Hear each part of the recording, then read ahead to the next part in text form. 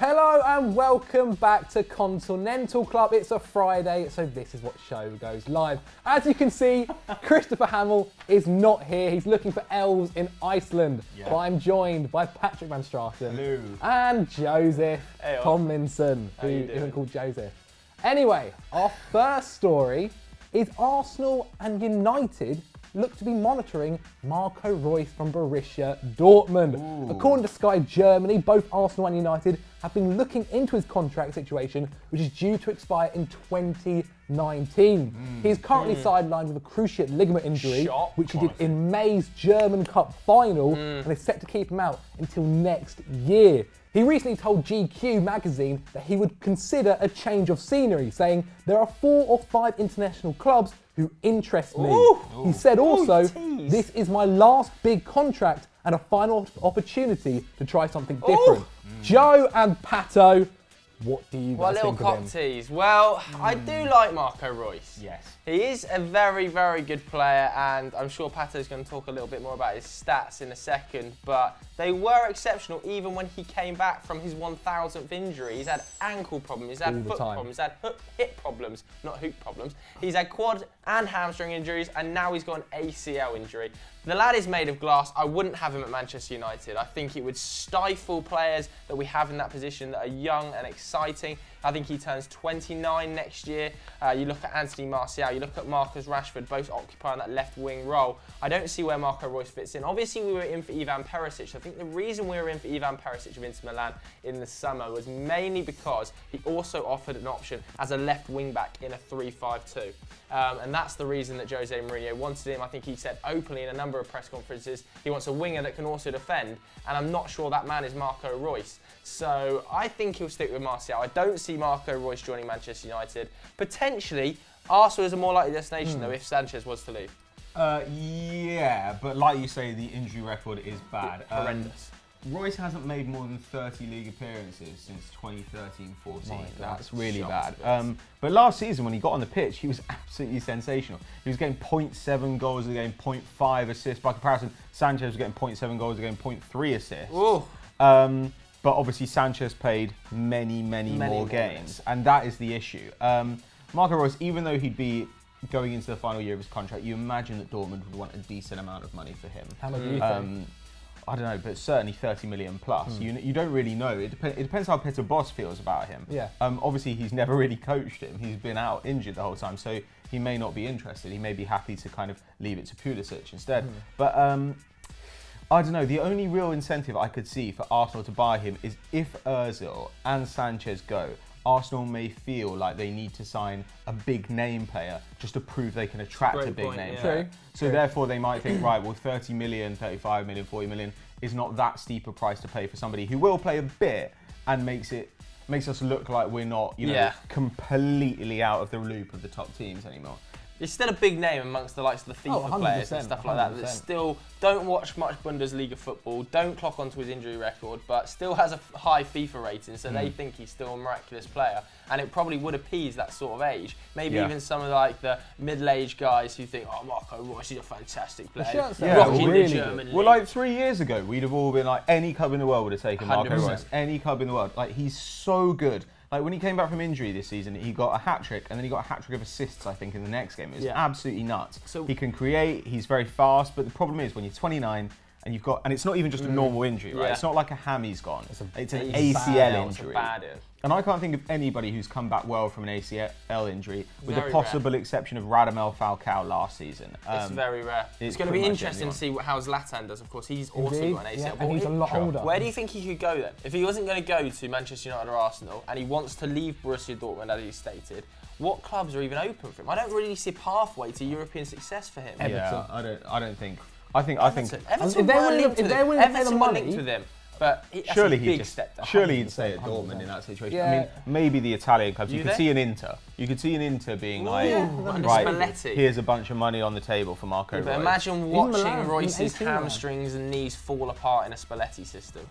He would literally run them till they rip. Yeah, I don't know. I mean, it's sad because I think we'd all like to see Marco Reus kind of rediscover the form that made him, to my mind, one of probably the 3 or 4 best players in the world at one point. But I don't know. I don't really see it happening, to be honest. But what do you guys think? Where will Reus go? Vote in the poll up there. United, Arsenal, or somewhere else. We head to our next talking point, and it's England's youth setup and their success of recent. Joe, tell us a little bit more about it. Well, it's been well documented and made massive headlines that England's under-17 team have reached the World Cup final, but they're not the only team in England's youth ranks that have been doing very well. The under-17s have also reached the European Championship final. The under-19s have won the European Championships. The under-20s have won the World Cup. The under-21s have reached the European Championship semi-finals. Pretty much England have been slaying all opposition in front of them at youth team level, but still there are problems with young players that are English getting first team football. And in my opinion, it doesn't matter how good these players are, it doesn't matter what success they have at youth team level, the pathway to success in the Premier League is never going to be a viable option for them. They have to move abroad. And in my opinion, nobody is brave enough to do it. And that is a massive failing by the FA, by English football as a whole, that players aren't taught in the correct way, don't have the correct mindset, because quite frankly, you need immediate success because of the amount of money that's in the Premier League. And under 17 to under 21 English players do not provide that. We've seen it over and over again that it doesn't work, and you can't win titles with these young players. I know that back in the day, that's an Alan Hansen phrase that's gone viral. You don't win much with youth. But quite frankly, nowadays, it's even more prevalent, whatever that word is, prevalent. It's case in point that nobody in that top 6 consistently uses 4 or 5 English youth team players, other than Tottenham Hotspur, and they've all been at different clubs and then moved to Tottenham. You look at Eric Dyer at Lisbon, Harry Kane, 5 loans, Dele Alli, MK Dons. The English in that Spurs team has had to spend years at different clubs before they've culminated into a fantastic squad here. The learning of English players, I think, is the problem, Pato. Yeah, I think that we all talked about this. It sounds like a weird thing to say, but in English academies, they actually spend too much time on the field. They don't spend enough time doing normal studies. And that's a real issue when you consider that I think it's like only 10% of academy players go on to become professional footballers in any capacity, not even at the top level. But they all overcommit to it because they're told that they have to believe in themselves, you know, and that they have to have confidence in their ability and blah, blah, blah, blah, blah, and they don't have backup plans. But actually, a thing they could do, an academic thing to help their chance of success in football, start learning languages from a younger age. Languages are taught terribly in English schools. There's no real way around that. But you look at German players and they are happy to move abroad because they study French, they can understand a reasonable amount of Dutch, they could probably learn some Italian. It's not too hard for them because they are a culture which prizes language learning. Same goes for Scandinavian kids, same goes for Dutch kids certainly. And you just start to think, this is the problem. If you're not capable of going and playing abroad, or you're not willing to go outside your comfort zone and learn a new language, then you immediately are limiting your own opportunities. The same goes for managers. We've seen recently people complaining about how young English managers are not getting a chance at Premier League clubs. Well, actually, I don't believe that that's true. But also, it's because they're not willing to go abroad and pay their dues. Look at Graham Potter, okay, who's an English manager managing at Östersund, and he has developed a real reputation. And at some point, you imagine that he'll probably get a bigger job. But he's one of a very, very small number of people who are willing to go and do that. And instead, you know, Ryan Giggs, okay, it's not English, but Ryan Giggs throws his name in the hat whenever a big Premier League club like Everton, you know, has a managerial vacancy. That seems absolutely nuts to me. I mean, like, shouldn't he be willing to go and work in like League 2 or League 1 and just kind of earn his stripes first? Do you not think that's because he thinks he's better than that, essentially? Yeah, why is he better than that? But he's not. This is in his head, because he's won the Champions League, he's won the Premier League, he's won everything. And there's absolutely no shame in working for a small club. Like it's not embarrassing to go and work for. I'm not even saying that Ryan Giggs won't be a good manager, though. You know, we're yet to see any evidence either way. Like, I just think, where do you go and learn your trade? Like if somebody wants to be a mechanic, they don't just turn up and start trying to fix cars. Like, you actually have to like apprentice in it, and I think that that's a perfectly normal thing. But I don't know, returning to players, it just seems to me that if you show me a club that are using a large number of English academy players, then I will show you a club that's in trouble. You know, Man United under Van Gaal, Everton under Koeman, Liverpool last season just didn't have the depth to deal with a full campaign in multiple competitions. And that's when these kids get a chance. And to a certain extent, that's a good thing, but it also means that basically you associate these young players playing with a team not being very good. 100%. It's not really ideal. I think the biggest problem though for it is that teams are signing players like Eden Hazard, Martial at very young ages when they join, like 23, 21. That these players like Loftus-Cheek, etc., are so young, 18, they can't get into the squad because the 6 years that Hazard is at Chelsea and doing so well, he can't make it because of how well he's doing. And then they start the next one. Exactly. The same with City. You've got Sane, Sterling, blah, blah, blah. You've got United, Martial. But I think also with Chelsea as well, it's like when we won the Premier League a couple of seasons back, we didn't, in the last couple of games, we didn't play the youth side. We just put the same strong squad out again and again. And I think partially managers don't trust the youth as well. They can't trust the youth because their lifespan is so short in the Premier League. A manager, like Craig Shakespeare said, is only ever 4 games away from being in deadly crisis of losing his job. If he risks playing young players, loses 4 or 5 games on the trot, it's his head on the axe. It's not the kids' head. They'll still be at the club. It's not the first team's head. They'll still be at the club. It's the manager that will lose his job. So if you were that manager, put yourselves in his shoes, why would you risk it? I wouldn't risk it. Yeah. And the only way you're going to ever risk it is if you're guaranteed a massively long stint. And we've seen that over and over mean absolutely nothing. Alan Pardew signed what? An 8-year contract. And he was gone. It means absolutely nothing, the length of contract. So I personally think this is a real issue, and that despite the fact we've done all these amazing, amazing successes at youth level for England, the pathway is still blocked. But what do you guys think? Are we experiencing a golden English generation that are going to rip the Premier League apart, or is it just more nonsense? Let us know your thoughts in the comments below. Our last talking point is on Everton's failings after Ronald Koeman was sacked. At the moment, the front runner is Sean Dyche, who has pulled off some great results. He beat Chelsea, he's drawn to Tottenham and Liverpool at their stadiums, Wembley and Anfield. But guys, what do you guys think of Sean Dyche as a whole? Sean Dyche, not good enough. But Everton aren't good enough either, pal, I don't think. Yeah, I mean, I don't really have that much of an issue with Sean Dyche, weirdly. My only issue with it is I think Everton fans will complain because they think that they're like a great club who should play great football. And also that Everton seem to be considering Thomas Tuchel and Sean Dyche. Now, I don't think they're going to get Tuchel. I wonder if he's trying to kind of push Bayern into giving him a job.